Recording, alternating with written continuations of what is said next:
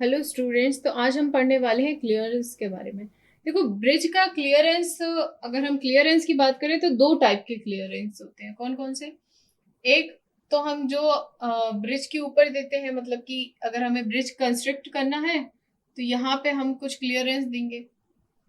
और एक क्लियरेंस रहता है जो हम बीनीथ में देते हैं। इस तरीके से दो क्लियरेंस होते हैं। तो अगर हम क्लियरेंस की बात करें तो जनरली क्लियरेंस इसलिए दिया जाता है कि ये जो हमारी हाइट रहती है, ये जो वाटर लेवल रहेगा, मैक्सिमम वाटर लेवल, और जो हमारा जो भी स्पान रहेगा, ये जो आपका नीचे वाला डक्ट रहेगा, इन दोनों के बीच का डिस्टेंस को हम कहते हैं क्लियरेंस। और इसी तरीके से ट्रैफिक के लिए भी यहाँ पे कुछ क्लियरेंस दिया जाता है ना? तो आपने देखा होगा कि जब भी हम ब्रिज बनाते हैं तो ब्रिज का जो आपका ये जो पार्ट्स रहते हैं, ये जो कॉलम्स रहते हैं, इसमें और ये जो आपके ऊपर के जो फ्लो रहता है, इन दोनों में कुछ आप डिफरेंस क्रिएट करके रखते हैं, शॉर्ट ऑफ, है ना? तो अगर हम यहाँ क्लियरेंस की बात करें तो जनरली क्लियरेंस देने की जरूरत क्या है? Why we needed to give this clearance? तो क्लियरेंस इसलिए दे रहे हैं कि मान लीजिए किसी भी कंडीशन में अगर आपका यहाँ पे डिस्चार्ज क्यू का वैल्यू बढ़ता है ना? देखो क्या होता है कि बहुत सारी चीजें अनप्रिडिक्टेबल रहती हैं। जैसे कि अगर हमने कहा कि यहाँ पे आज 100 सेंटीमीटर या 200 सेंटीमीटर या 150 सेंटीमीटर ही बारिश होनी चाहिए थी डेली डेली बेसिस पे, और अभी कुछ शॉर्ट ऑफ कंडीशंस, ऐसा एनवायरमेंटल चेंज हो रहा है जिसको हम प्रिडिक्ट नहीं कर पा रहे।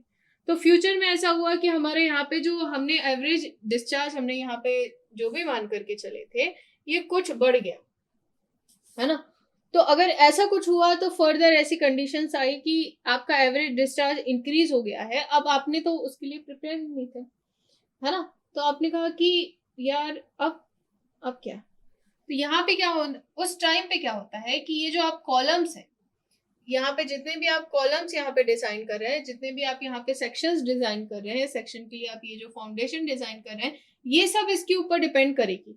और यहाँ पे हमें बहुत ज्यादा जरूरी है फ्री स्पेस की। जब भी कोई भी आप, अगर आप हाइड्रोलिक स्ट्रक्चर बनाते हैं तो वहां पे आप फ्री बोर्ड छोड़ते हैं। अगर आपने यहाँ पे मान के चलिए, अगर हम कोई वाटर टैंक की भी बात करें तो वाटर टैंक में यहाँ पे फ्री बोर्ड छोड़ा जाता है ना, 0.2 mm का। तो यहाँ पे आप फ्री बोर्ड हर जगह छोड़ते हो। ऐसा क्यों कर रहे हो? ऐसा इसलिए कर रहे हो क्योंकि देखो, वाटर हमेशा प्रेशर लगाता है। अगर इसके आसपास यहाँ पे ये जो यहाँ पे जितने भी पायर्स हैं या जितने भी कॉलम्स है, ये क्या करेगा? वाटर अगर है तो वाटर चाहेगा कि लेटरल फोर्स लगा करके वो इजीली फ्लो कर सके। तो फोर्स इस डायरेक्शन में भी लगेगा, चूंकि फ्लो ऐसा हो रहा है, पैरेलली हो रहा है, तो इस डायरेक्शन में भी फोर्स लगेगा। तो दोनों तरफ से जब भी फोर्स लगता है, तब भी ऐसी कंडीशंस आती हैं कि यहाँ पे ब्रेकेज या चांसेस रहते हैं कि यहाँ से ये डिमोलिश हो जाए इस तरीके से। इसलिए ये सारी चीजों को बचाने के लिए हम लोग, यहाँ पे भी ऐसी होता है। अगर हम यहाँ पे किसी भी कंटेनर की बात करें तो कंटेनर में भी आप एक्सेस ऑफ वाटर भरोगे तो यहाँ पे प्रेशर की क्वांटिटी बहुत ज्यादा लगने लगेगी। तो हमें इतना पार्ट हमेशा खाली छोड़ना है। ये इसलिए फॉर एन एग्जाम्पल दे रही हूँ कि आप इस चीज को समझ सको, है ना? तो ये क्या करेगा, अगर यहाँ पे आपने इतना एरिया आपने यहाँ पे छोड़ दिया तो ये आपकी जितनी भी आने वाली स्ट्रेसेस हैं जो यहाँ पे लग रहे हैं, इस स्ट्रेसेस की क्वांटिटी को, अमाउंट को क्या कर देगा? रिड्यूस कर देगा और इसकी स्ट्रेंथ को बढ़ा देगा। तो अगर हम चाहते हैं कि हमारा ब्रिज ज्यादा लाइफ लॉन्ग जी पाए तो हमें क्या करना पड़ेगा? यहाँ पे कुछ ना कुछ शॉर्ट ऑफ क्लियरेंस आपको देना पड़ेगा। सिमिलरली यही सेम क्लियरेंस आप कहाँ देंगे? ऊपर भी देंगे कि मान लीजिए फर्दर अगर ट्रैफिक बढ़ता है तो हम लोग उस ट्रैफिक के लिए कुछ अमाउंट ऑफ क्लियरेंस देते हैं। आप रोड में भी क्लियरेंस छोड़ते हैं। क्लियरेंस दैट मीन्स कि extra area which are going to be provided for the future inconvenience which could be created. To avoid those inconvenience, we are going to provide some clearance यहाँ। तो इस तरीके से हम लोग क्लियरेंस देते हैं जनरली ब्रिजेस के कंडीशंस में।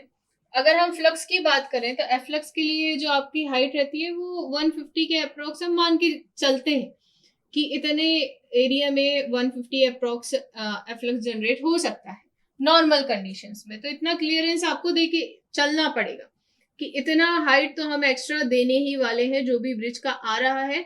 अगर इतने सेंटीमीटर बारिश नहीं भी हो रही तो हम इतना एक्स्ट्रा तो देके ही चलेंगे, है ना? कि इन फ्यूचर अगर कोई भी प्रो एंड कॉन्स यहाँ पे क्रिएट ना हो, जिसके कारण हमारा जो स्ट्रक्चर है उस पर कोई भी इम्पेक्ट या इफेक्ट पड़े।